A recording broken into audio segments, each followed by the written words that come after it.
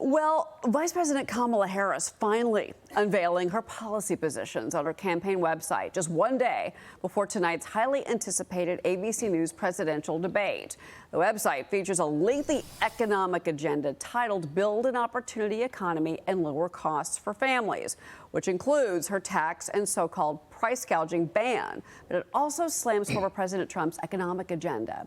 Joining me now is former World Bank President, Purdue University Distinguished Fellow, and Wall Street Journal contributor, David Malpass. And David, it's great to see you. Hi, Cheryl. So what do you expect to hear tonight on the economy? It still ranks as the #1 issue in poll after poll for American voters. And it should be. Inflation and affordability are really important to people, and they vote on that. We know that from history. So I think it was good that she put out a plan. It's right at the last minute. She met the deadline. It talks about, but what troubled me is as they put in the headlines for the plan, it doesn't give you the full concept of the details. Like it says a tax cut for middle class, but really what she's doing is extending the Trump tax plan for the middle class, which is set to expire. So it's not really a new one. She puts in a bunch of credits, but anytime you hear a tax credit, you should realize this is a new spending program.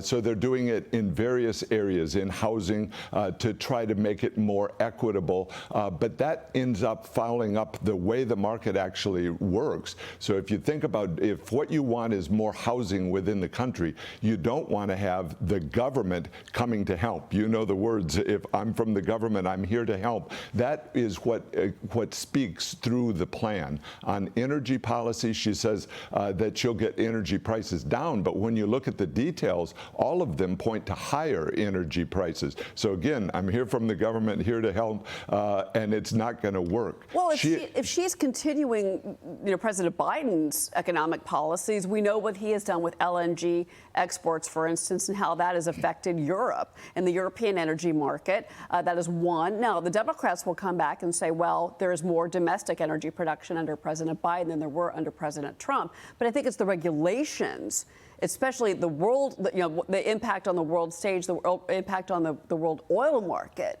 that is really more of the conversation that we're having right now. We should be really clear on this. The oil production was going up during the Trump administration because it was a business-friendly environment. As Biden came in, it became business-unfriendly. And so what was lost is all that additional U.S. production that could have been out there helping the world. And you see that in world prices. The people in poorer countries are suffering massively from the shortfall of U.S. energy production over these recent years. The U.S. isn't exporting because they blocked it. The permitting has not been done. And so this is the kind of doublespeak in the plan. They put on a good headline, but then the details aren't really going to achieve that. And we have to remember, Harris-Walz neither has really worked in the private sector. So it's a government takeover of the private sector. So let's talk about foreign policy. Her campaign site only lists 3 points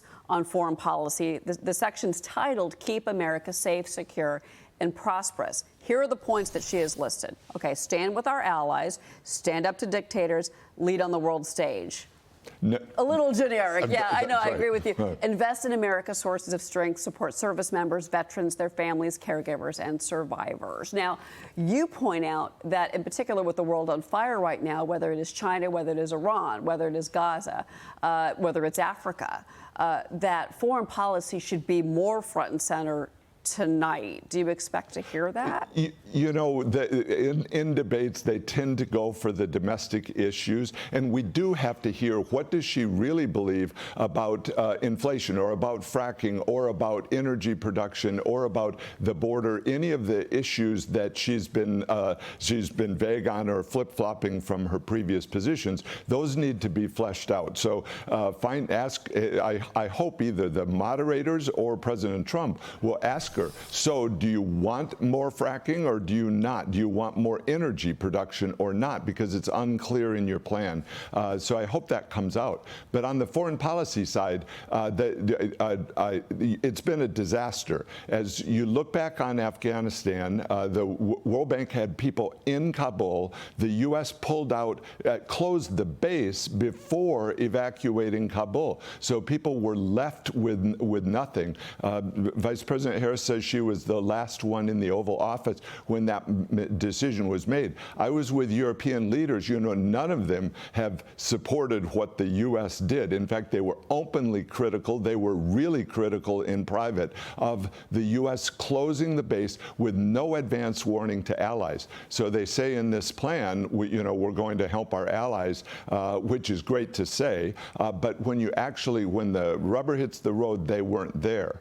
That's true on Ukraine. You know, she says, well, I met with Zelensky to warn him. I was at that in Munich for that conference. The loud message from the U.S. is we want to try diplomacy to stop Putin. And remember, he invaded 5 days after her speech, and it's been catastrophic for the world. 2.5 years later, the U.S. hasn't been able to really change the course of that activity. Of course, the U.S. is supporting Ukraine, but it's not working. And it goes to this issue that once you show weakness, then people are going to come at you.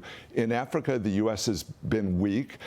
She took a trip to Africa in 2023. It was a weak trip with small amounts of money. And I don't know if you saw, but last week, President Xi was celebrating 50 African leaders in China. They're just cleaning up in terms of the world perception of the U.S. being weak. And that has to change because it's so dangerous.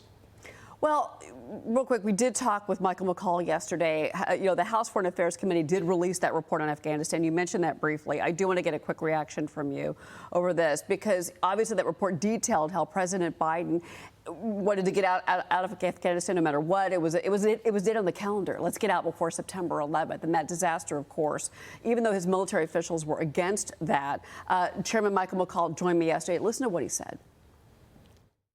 The fact is that the Dems are blaming the prior administration for the Doha agreement when they tore up every agreement the Trump administration had, including remain in Mexico. But the fact of the matter is the Taliban were in violation of the Doha agreement.